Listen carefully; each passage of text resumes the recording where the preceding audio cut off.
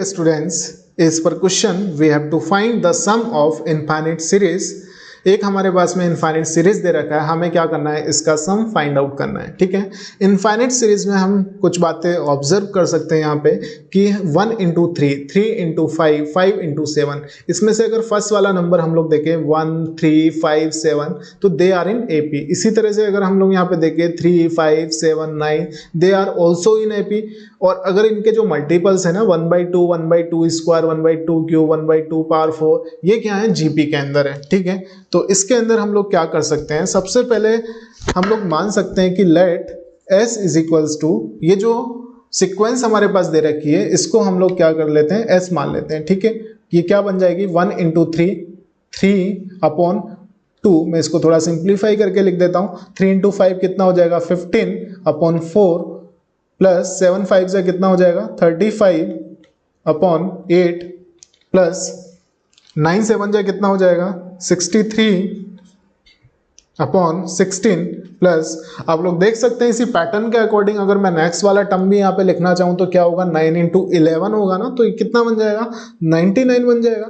ठीक है, upon denominator में हमारे पास क्या आएगा 2 पावर 5 विच विल बी 32। ठीक है, और ये हमारे पास सीक्वेंस कहां तक जा रहा है, इनफाइनाइट तक जा रहा है। ठीक है, अब हम लोग क्या कर सकते हैं, ऐसे क्वेश्चंस में हम लोग क्या करते हैं बेसिकली कि जो जीपी बन रही होती है ना इसके अंदर 1/2, 1/2 स्क्वायर, उसका कॉमन डिफरेंस क्या आ रहा है हमारे पास 1/2। ठीक है, तो उस कॉमन डिफरेंस से अब हम इस सीरीज को मल्टीप्लाई कर देते हैं। ठीक है, तो हमारे पास क्या मिलेगा 1/2 इंटू एस, ये हमारे पास मिलेगा 3/2 को अगर 1/2 से मल्टीप्लाई किया तो 3/4 मिलेगा ना। अब हम इसको एक स्टेप आगे से लिखना स्टार्ट कर देते हैं, तो ये बन जाएगा 3/4 प्लस 15/4 को 1/2 से मल्टीप्लाई किया तो 15/8। सिमिलरली यहाँ पे नेक्स्ट मिलेगा 35 ये कितना हो जाएगा 8 2 16 प्लस 63/32। ठीक है, plus up to infinity terms मिल रहे होंगे अब हम लोगों को। अब हम क्या कर सकते हैं कि अगर मान लो मैंने इसको इक्वेशन 1 बोला, इसको इक्वेशन 2 बोला, तो मैं क्या करना चाहता हूँ, इक्वेशन 1 में से इक्वेशन 2 को मैं सब्ट्रैक्ट करना चाहता हूँ। तो इससे मुझे क्या मिलेगा, अगर इक्वेशन 1 में से इक्वेशन 2 हम लोग माइनस कर देते हैं ना, तो यहाँ से मुझे क्या मिलेगा s minus half of s which will be half of s, that must be कितना हो जाएगा 3/2। जैसा कि अब हम लोग देख सकते हैं यहाँ पे माइनस करना थोड़ा सा इजी है ना, 15/4 में से 3/4 माइनस करना है, तो डिनोमिनेटर तो सेम है, तो कितना हो जाएगा, ये बन जाएगा हमारे पास में 15 माइनस 3, डायरेक्टली बोल सकते हैं कितना हो जाएगा 12, डिनोमिनेटर 4 है, 35 माइनस 15 कितना हो जाएगा 20/8 प्लस 63 में से अगर मैं 35 माइनस करता हूं तो आई विल गेट 28, नीचे 16 रहेगा, प्लस 99 में से 63 माइनस करता हूं तो 36 मिलेगा, नीचे क्या रहेगा अपने पास 32। तो इस तरीके की सीक्वेंस अब हम लोगों को मिल जाएगी। इसको हम लोग इक्वेशन 3 मान लेते हैं। अब हम क्या करते हैं, यहाँ पे अगर ऑब्जर्व करें तो अब भी हमें यहाँ पे कोई एक इजी पैटर्न नहीं दिख रहा है, तो मैं क्या करता हूँ, यहाँ पे जो जीपी चल रही है ना डिनोमिनेटर्स के अंदर, अगर यहाँ पे देखूँ तो 1/2, 1/2 स्क्वायर, 1/2 क्यूब, इस तरीके का पैटर्न चल रहा है ना मल्टीपल में। तो अब हम क्या करते हैं, फिर से इसको 1/2 से मल्टीप्लाई कर देते हैं। तो इसको अगर मैं 1/2 से मल्टीप्लाई करता हूं ना, तो मुझे क्या मिलेगा 1/4s मिल जाएगा, 1/2 इंटू 1/2।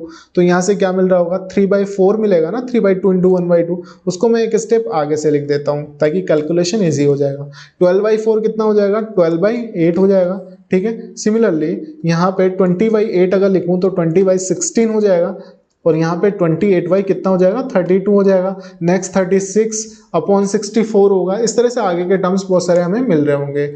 ये हम लोग मान सकते हैं इक्वेशन 4। नाउ अब हम लोग क्या कर सकते हैं, फिर से इक्वेशन 3 में से मैं क्या करना चाहूंगा, इक्वेशन 4 को माइनस करना चाहूंगा। अगर इक्वेशन 3 में से इक्वेशन 4 को हम लोग माइनस करते हैं ना, तो यहाँ पे हम लोग देख सकते हैं क्या मिल रहा होगा हमें, हाफ ऑफ s में से 1/4 ऑफ s माइनस करना है तो 1/4 टाइम्स s मिल रहा होगा, राइट। दिस बिकम्स 3/2, तो एज इट इज हो जाएगा। 12/4 में से 3/4 माइनस करना है, तो आप लोग देख सकते हैं यहाँ पे 9/4 बनेगा, प्लस 20/8 में से 12/8 माइनस करना है तो ये कितना हो जाएगा 8/8 हो जाएगा, प्लस सिमिलरली मैं आगे के टर्म्स लिख देता हूँ 8/16, ये भी 8/32। तो आप लोग यहाँ पे ऑब्जर्व कर सकते हैं एक चीज, क्या ऑब्जर्व कर सकते हैं, इनफाइनाइट टर्म्स आ रहा है।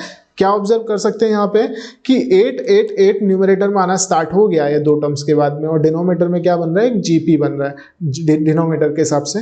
तो यहाँ से इसका सम हम लोग निकाल सकते हैं इजीली। कैसे निकाल सकते हैं, मैं इसको यहाँ पे राइट करता हूँ कि s/4 तो चल ही रहा है अपने पास में, ठीक है, 3/2 प्लस 9/4 भी एज इट इज है अपने पास में, प्लस यहाँ से आगे की सीक्वेंस को हम लोग ऑब्जर्व करते हैं। तो इसमें से 8/8 कॉमन ले ले अगर, तो ये क्या बन रहा होगा हमारे पास में 1 प्लस 1/2 प्लस 1/4 लाइक दैट, ठीक है। तो ये क्या है, एक्चुअली इनफाइनिट जीपी का सम है, जो कि एक डिक्रीजिंग जीपी है, रिड्यूसिंग जीपी है। तो इसका सम हम लोग इजीली निकाल सकते हैं ना, हमारे पास फॉर्मूला है a/1 - r, ठीक है। तो अब हम लोग यहाँ पे देख सकते हैं 8 से 8 भी कैंसिल आउट हो रहा है। अब हम लोग नेक्स्ट पेज पे चलते हैं और इसको सिंप्लीफाई करते हैं। तो यहाँ पे हम लोगों को क्या मिल जाएगा, s/4 ये हमारे पास क्या चल रहा होगा, 3/2 एज इट इज चलेगा, ठीक है, प्लस 9/4 एज इट इज होगा, प्लस 8/8 तो हम लोग 1 लिख सकते हैं ना, इनटू जो सम होगा a/1 - r यानी कि 1/1 - 1/2, ये हमने फॉर्मूला अप्लाई कर दिया। तो क्या मिल जाएगा 3/2 प्लस 9/4 प्लस यहाँ पे क्या मिल जाएगा 1/1/2, दिस बिकम्स 2। तो यहाँ से हम लोग इसको सिंप्लीफाई कर सकते हैं ना, LCM 4 आ जाएगा, तो ये 6 मिलेगा प्लस 9, यहाँ पे क्या हो जाएगा 8 हो जाएगा। ये s/4 है, 4 से 4 कैंसिल आउट होगा। तो यहाँ से हम लोग बोल सकते हैं कि s जो होगा वो कितना होगा, 6 + 9 15 एंड 15 + 8 23, यानी कि 23। तो हमारे पास जो s आएगा वो कितना हो जाएगा 23। अब हमने s किसको कंसीडर किया हुआ था, यहाँ पे ओरिजिनल सीक्वेंस को, जो सीरीज है ना हमारे पास, उसको हमने s कंसीडर किया हुआ था। तो s का वैल्यू क्या आ गया, 23 आ गया। तो हम लोग यहाँ से बोल सकते हैं 23 is our answer. Okay, thank you very much.